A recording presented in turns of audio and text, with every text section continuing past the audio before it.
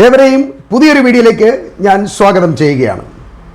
2 Israeli ബന്ദികളെയും 5 തായ് ബന്ദികളെയും red ക്രോസിന് കൈമാറിയ ഗസയിലെ ഞെട്ടിപ്പിക്കുന്ന ആൾക്കൂട്ട രംഗങ്ങൾ കണ്ട് ബെഞ്ചമിൻ നെതന്യാഹു അലറി വിളിക്കുന്ന വാർത്തയാണ് ഇസ്രായേലി പത്രങ്ങൾ ഇന്ന് റിപ്പോർട്ട് ചെയ്യുന്നത്.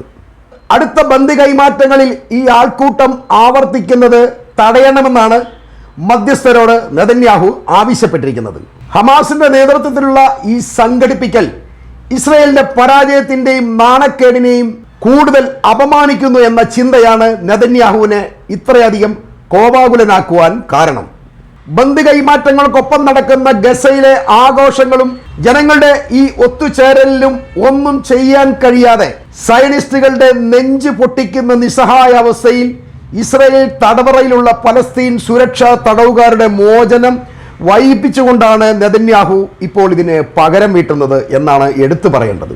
ഇക്കാര്യം ഹമാസും പരാതിപ്പെട്ടിട്ടുണ്ട്. അയാൾക്ക് നാണക്കേടുണ്ടെങ്കിൽ അയാൾ ഈ പണിക്ക് പോകാതിരിക്കുകയായിരുന്നു നല്ലത് എന്നാണ് അവർ പറയുന്നത്. കരാർ അനുസരിച്ച് ഇരുപക്ഷവും വളരെ മാന്യമായ രീതിയിൽ പെരുമാറേണ്ടതുണ്ട്. എന്നാൽ ഗസയിലെ ഹമാസിന്റെ നേതൃത്വത്തിലുള്ള ഈ ആഘോഷങ്ങളും ഈ ഒത്തുചേരലും നാണക്കേട് ഉണ്ടാക്കുന്നുണ്ടെങ്കിൽ അതിന് തടവുകാരെ തടഞ്ഞു വെച്ചുകൊണ്ടല്ല പകരം വീട്ടേണ്ടത്. ആ ഒരു മാന്യത ഇസ്രായേൽ പുലർത്തണം എന്നാണ് ഹമാസ് പറയുന്നത്. ഹമാസ് എന്ന ഭീകര സംഘടനയുടെ അസഹനീയമായ ക്രൂരതയുടെ അധിക തെളിവാണ് ഈ ആഘോഷങ്ങളും ഈ ഒത്തുചേരലും എന്നാണ് നെതന്യാഹു പറയുന്നത്. അത് ഇസ്രായേലികളെ കൂടുതൽ വേദനിപ്പിക്കുകയാണ്. ഇത്തരം ആഘോഷങ്ങൾ തടയാനാണ് ഇസ്രായേൽ സൈന്യത്തിനെ നെതന്യാഹു അറിയിച്ചിരിക്കുന്നത്. അത് അയാളുടെ ഉള്ളിലുള്ള കോംപ്ലക്സ് തന്നെയാണ്. യുദ്ധപരാജയം അതിൻ്റെ അങ്ങേയറ്റത്തെത്തിയിരിക്കുകയാണ്. അതുകൊണ്ട് അയാൾ ഇതുപോലെ കൊച്ചു പരാക്രമങ്ങൾ കൊണ്ടാണ് ഇപ്പോൾ ഹമാസിനെ തോൽപ്പിക്കാൻ ശ്രമിക്കുന്നത്. അത് നെതന്യാഹുവിൻ്റെ ഉള്ളിലുള്ള കുട്ടിത്തമാണ് എന്ന് പറയാതിരിക്കാൻ കഴിയില്ല. ഇത്തരം ചെറിയ പ്രതികാരങ്ങളിലൂടെ അയാൾ ലോകത്തിൻ്റെ മുന്നിൽ കൂടുതൽ പരിഹാസ്യനാവുകയാണ് ചെയ്യുന്നത്. അത് അയാൾ മനസ്സിലാക്കുന്നില്ല. അതുപോലെ തന്നെ മറ്റൊരു കാര്യം കൂടി ഇസ്രായേൽ ഭീകരരെ വേദനിപ്പിക്കുന്നുണ്ട്. ഹമാസിന്റെ തടവിൽ നിന്നും മോചിപ്പിക്കപ്പെടുന്ന ബന്ദികൾ ഗസക്കാർക്ക് മുന്നിൽ കൈവീശുന്നതും അവരെ നോക്കി സന്തോഷത്തോടെ ചിരിക്കുന്നതും നെതന്യാഹുവിനെ മാത്രമല്ല തീവ്ര സയനിസ്റ്റുകളെയും വളരെയധികം വേദനിപ്പിക്കുന്നുണ്ട്.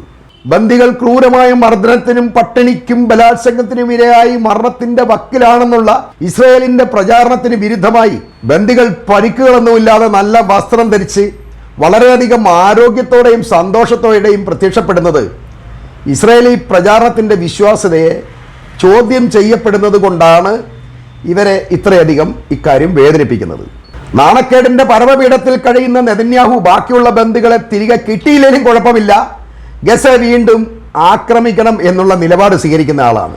എന്നാൽ ആ സാഹചര്യത്തെ ഇല്ലാതാക്കുന്ന കാഴ്ചയാണ് ഗസയിൽ നിന്നും ഇപ്പോൾ കാണാൻ കഴിയുന്നത്. വെടിനിർത്തൽ കരാർ ആരംഭിച്ചതിന് ശേഷം 5 ലക്ഷത്തിലധികം ആളുകളാണ് ഗസയിലേക്ക് പ്രവേശിച്ചുകൊണ്ടിരിക്കുന്നത്.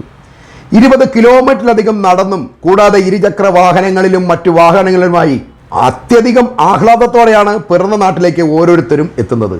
അവർക്ക് കിടക്കാൻ ഇടമില്ല, കുടിക്കാൻ വെള്ളമില്ല, പ്രാഥമിക കർമ്മങ്ങൾക്ക് യാതൊരു സൗകര്യങ്ങളുമില്ല.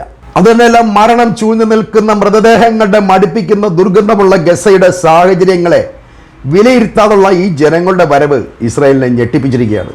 ഗസക്കാരെ സംബന്ധിച്ച് അവർക്ക് പുതിയൊരു തിരിച്ചുവരവാണ്. അത് സ്വാതന്ത്ര്യത്തിലേക്കുള്ള ഒരു കടന്നുകയറ്റമാണ്. ഇസ്രായേൽ എന്ന ഭീമാകാരനായ ഒരു രാഷ്ട്രത്തെ വീഴ്ത്തിക്കൊണ്ടുള്ള അവരുടെ തിരിച്ചുവരവാണ്. സ്വാഭാവികമായും അത് ഗസക്കാരെ സന്തോഷിപ്പിക്കും. അതുകൊണ്ട് തന്നെയാണ് അവർ ഈ അസൗകര്യങ്ങളെല്ലാം പരിഗണിക്കാതെ ഗസയിലേക്ക് കടന്നു വരുന്നത്. എന്നാൽ IDF-നെയും നെതന്യാഹുവിനെയും സംബന്ധിച്ച് ഈ ജനങ്ങളുടെ ഈ കൂട്ടമായ തിരിച്ചുവരവ് വളരെയധികം ഭയമാണ് ഉണ്ടാക്കുന്നത്. കാരണം ഇവർക്ക് മേൽ IDF-ന് ഇനിയൊരു ആക്രമണം സാധ്യമല്ല. അങ്ങനെ സംഭവിച്ചാൽ ലോകം പൂർവാധികം ശക്തിയായി ഇസ്രായേലിനെതിരെ തിരിയും. അത് ഇസ്രായേൽ എന്ന രാജ്യത്തിൻ്റെ നിലനിൽപ്പിനെയും ബാധിക്കും. അതുകൊണ്ട് തന്നെ ഗസയിലെ ജനങ്ങളുടെ ഒത്തുചേരൽ ഇസ്രായേലിൻ്റെ കണക്കുകൂട്ടലുകളെ മുഴുവൻ തെറ്റിക്കുകയാണ്. ഇവിടുത്തെ ഹമാസിന്റെ നിയന്ത്രണം പിഴുതെറിയാമെന്നുള്ള നെതന്യാഹുവിൻ്റെ മോഹവും അസ്തമിക്കുകയാണ്. ഹമാസ് കൂടുതൽ ശക്തി പ്രാപിക്കുന്നു. അവരിലേക്ക് കൂടുതൽ ആൾക്കാർ ഇങ്ങനെ കടന്നു വരികയാണ്. ഈ ഹമാസിലേക്ക് ഒരാൾ കടന്നു വരുമ്പോൾ തന്നെ അത് ഇസ്രായേലിൻ്റെ പരാജയമാണ്. ഭരണപക്ഷത്തും പ്രതിപക്ഷത്തുമുള്ള എതിർപ്പ് കാരണം കൂടുതൽ ദുർബലമായിരിക്കുന്ന നെതന്യാഹു സർക്കാർ പതനത്തിൻ്റെ വക്കിലാണ്. ഏത് നിമിഷവും അത് സംഭവിക്കാം. തൻ്റെ അധികാരത്തിൻ്റെ ശവപ്പെട്ടിയിലെ അവസാനത്തെ ആണിയും അടിക്കുന്ന ഹമാസും ഗസക്കാരും നെതന്യാഹുവിനെ ഭ്രാന്ത് പിടിപ്പിച്ചില്ലെങ്കിലേ അത്ഭുതമുള്ളൂ. എന്ന് പറഞ്ഞുകൊണ്ട് തന്നെ ഞാൻ ഈ വീഡിയോ ഇവിടെ അവസാനിപ്പിക്കുകയാണ്.